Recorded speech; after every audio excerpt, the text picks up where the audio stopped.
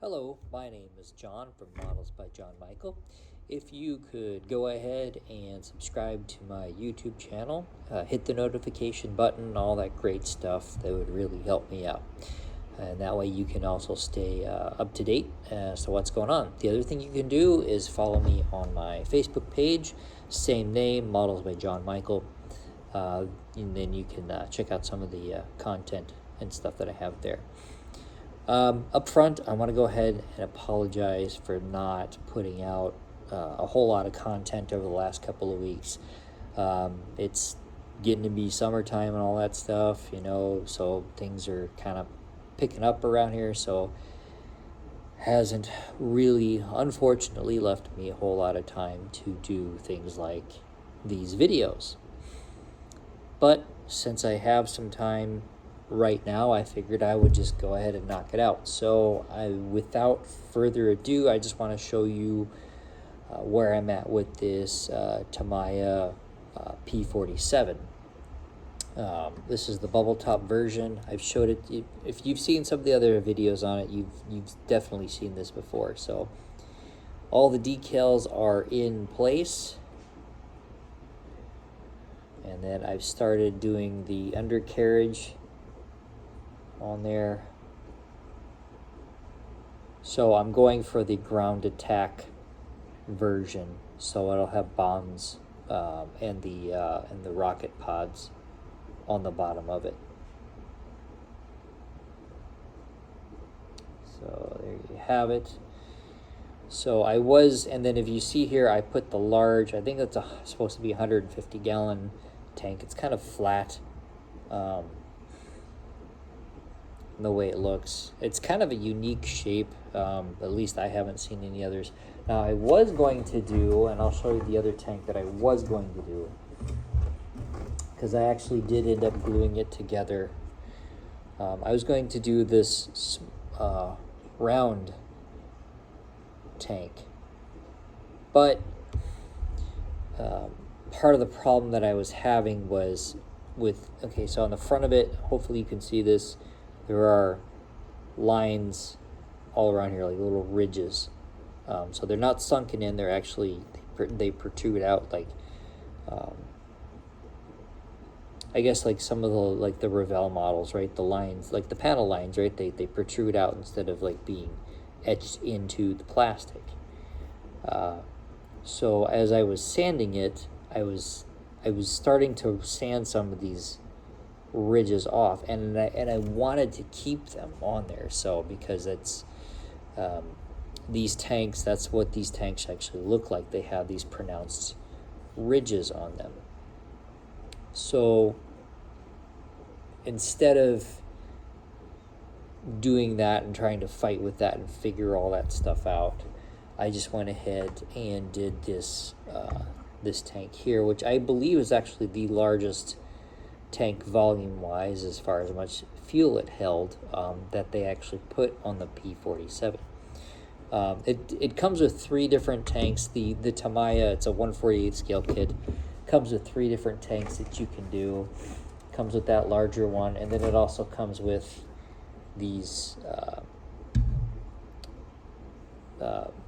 more aerodynamic shaped type, and I don't remember the volumes on all of them as far as how much fuel they actually held and whatnot, but I wanted to do something that was a little different with it, so I went with this tank because it's more of a unique shape. So I just thought it kind of gave the aircraft a little more character, as it were. So that's the reason why that's on there. So and then so the bombs, which I'm actually, there's one of the bombs there will be 2 on there, but I'm letting the decal set on there. Got some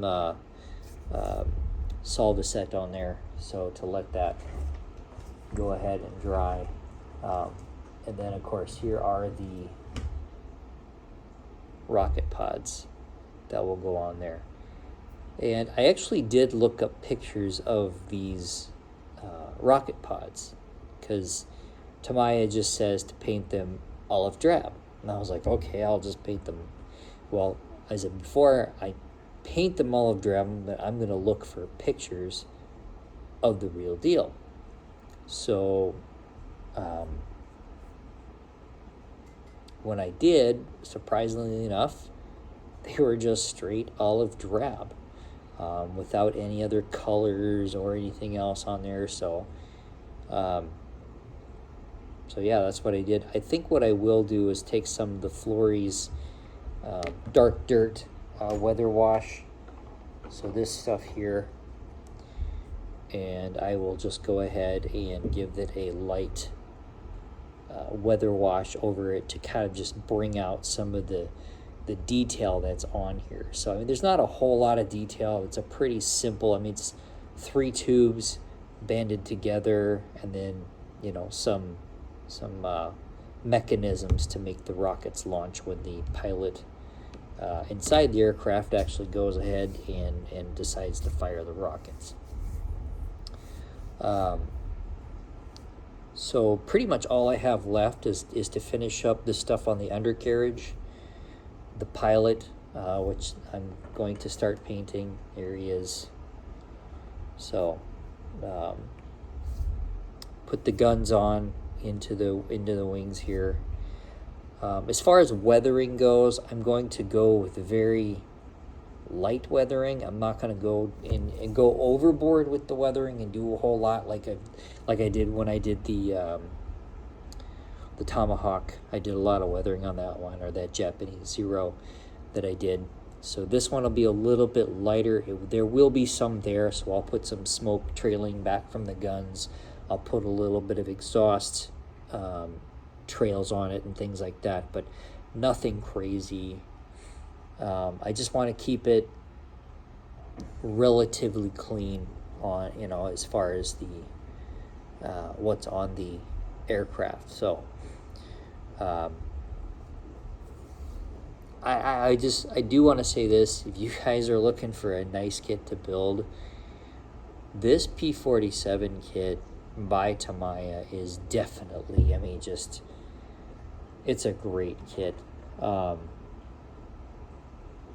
No frustrations that I've come across with this kit, literally at all. I mean, this thing is, the fit on this kit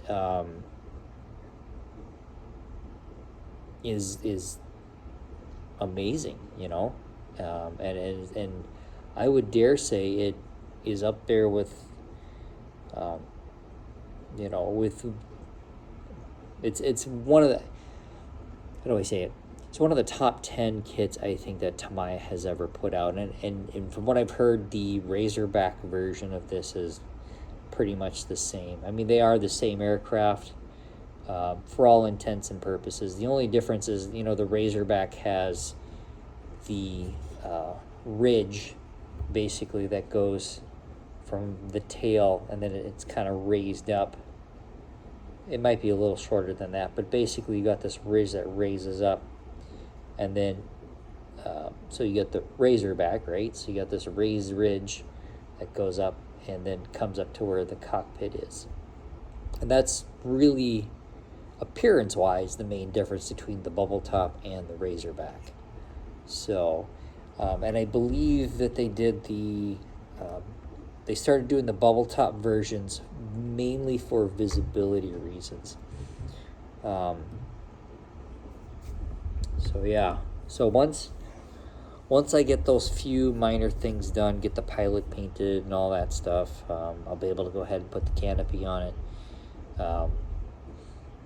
and finish her up. I'm doing this, I think, as I mentioned before, for one of the model building Facebook groups.